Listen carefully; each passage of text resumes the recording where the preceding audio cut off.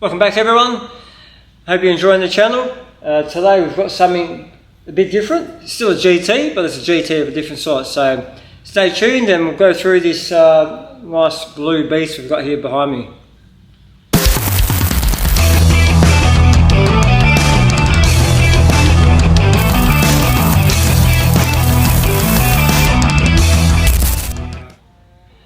Hey guys, special treat this week. Well, I think it's special because I get to do a lot of rare cars, mostly in that muscle car, obviously, category, and into GTs, Tiranas, but being in Australia, you know, there's not much, but there is a lot of love for the JDM market and these cars, but I'm not surrounded by those sort of guys a lot, the Nissan Skyline is one of my favourite, it's one of my favourite cars in general, you know what I mean? I'm a Ford guy through and through, but you know, growing up, you know, we sort of used to envy, or we were sort of used to hate these cars because these were the cars that beat us at Bathurst, and yeah, they were the new guys on the block. So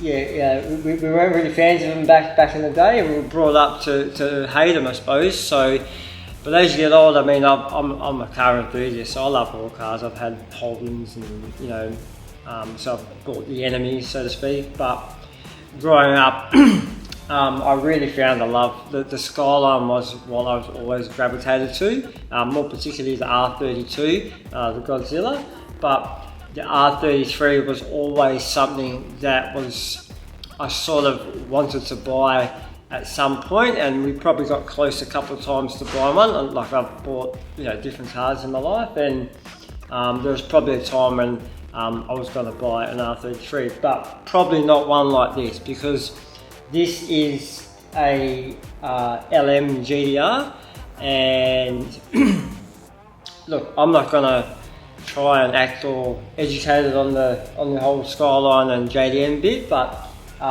just, you know, just from my general knowledge and general understanding, I believe the LM GTR is a limited edition R33 Skyline that you could have as a GTR or a GTR Vspec, and I believe possibly only 180-ish sort of were released, and they're all released in this colour, champion, I think it's champion blue. So yeah, so this is like, you know, it's just not another Skyline. Even if it was, you know, Skylines 32, 33, 34s and whatever, even the older ones, they're fetching a pretty penny these days. So to have a R33 in the shop, I've done a few before, but I've done a few 32s, 35s. To have a 33 of this nature too, I think it's pretty cool, and I really love this car, and I think it's one of those cars that I always regret not buying. I wish I did, but so I think I've got a love for them, and obviously I gravitate to them, so I've got, you know, a big attraction to the Skyline, and particularly the R33. So this one threw up a few challenges, and I'll try and show you as best as I can as we go through. It's obviously been resprayed, and when I say resprayed, it's been not the whole car. So we were working along and we're finding, you know, some parts were original paint. There's already some sort of really slight burn throughs on, you know, stuff like the door handles and a section on the roof, so we had to tread carefully in those sort of areas because yeah, it's obviously original paint. Someone's already sort of maybe burned through it, and that's probably because this paint is quite soft from original. Obviously the new stuff is obviously a lot nicer to work with, and the original stuff is a bit more stickier. So there goes the phone, so give us 2 secs. So I'm just going to turn this around and just show you sort of just in this area here. Obviously you can probably just see it looks okay-ish there, but yeah, when we shine the light on this area here, you can see obviously you know, this car's been painted. Obviously, it's been sanded down, you know, to take the peel out. But you can still sort of see a bit of, you know, texture in this area here, because obviously it's a tighter area. You've got a groove here, so you know, not many people want to push the sanders in these sort of areas. So what you see is the leftover from the sanding mark. So every time, you know, if you're watching any of the previous videos and you hear me talk about removing sanding marks, this is what we're talking about. So you don't normally see it until, you know, you start shining the light, you know, in these areas.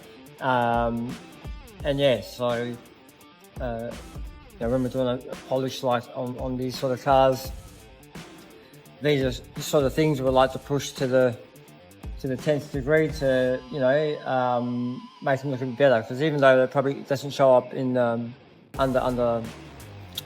undercover, it can pop up outside in the sun and that. So yeah, it's just one of the small things, or I suppose you can call them 1%ers. They're probably a bit bigger than that, but because overall, once you start taking all these ones out over the whole car, it does make a bit of a difference. So yeah, just sort of give you a closer up, you know, look at this. So yeah, so the so the paint is, you know, where you find, I think the spoiler's original paint, the roof is original paint, and there's a couple of the door and the handles. You can see, you can physically feel it on the machine as well. And sort of, if you in the right light, you can see the different shades as well. So, and that, I don't think that's uncommon for Skylines and that cars imported from Japan, because I think, you know, they have to have a certain amount of upkeep, you know, over there, and it wasn't uncommon to always see these cars, you know, touched up along the way. So I don't know what the LM sort of has over the normal ones. I believe this one's got obviously still NISMO wheels on it, and the LM was a tribute to the LM GTR, not this one, but the one that actually got raced at Lemans. So I believe they needed to build that car to compete in Lemans, so this is to compete in Lemans, and this is obviously the limited edition, you know, tribute to that sort of car. So in terms of engine specs, it'd be good if you guys know. Yeah, feel free to educate me on this car a bit more, or any Skyline for that matter, because I like to know, like, obviously you can Google search and all that sort of stuff, but it's always, you know, that only throws up, you know, certain things. So it'd be interesting to know what sort of extra info there is on these sort of cars, and what they may have different from the standard ones. So this was really enjoyable, and it was really rewarding, because it came from, what I wouldn't say it was a total mess, but there's a significant improvement from what I started with. So that's a bonus too, when you get something in here and you're sort of passionate about not just, you know, the car itself. It's good to see that end result, and customers picking up tomorrow. So I hope he's happy, and yeah, I hope we get to show you this video, and I hope you guys can maybe educate me a little bit more on the LM GTR R33. So hope you're enjoying the channel. You know, it's not always about muscle cars, so don't be scared to, you know, like and subscribe and show this, because it's a different angle, and it's, you know, I don't just focus on muscle cars or street machines. I like, you know, I like everything.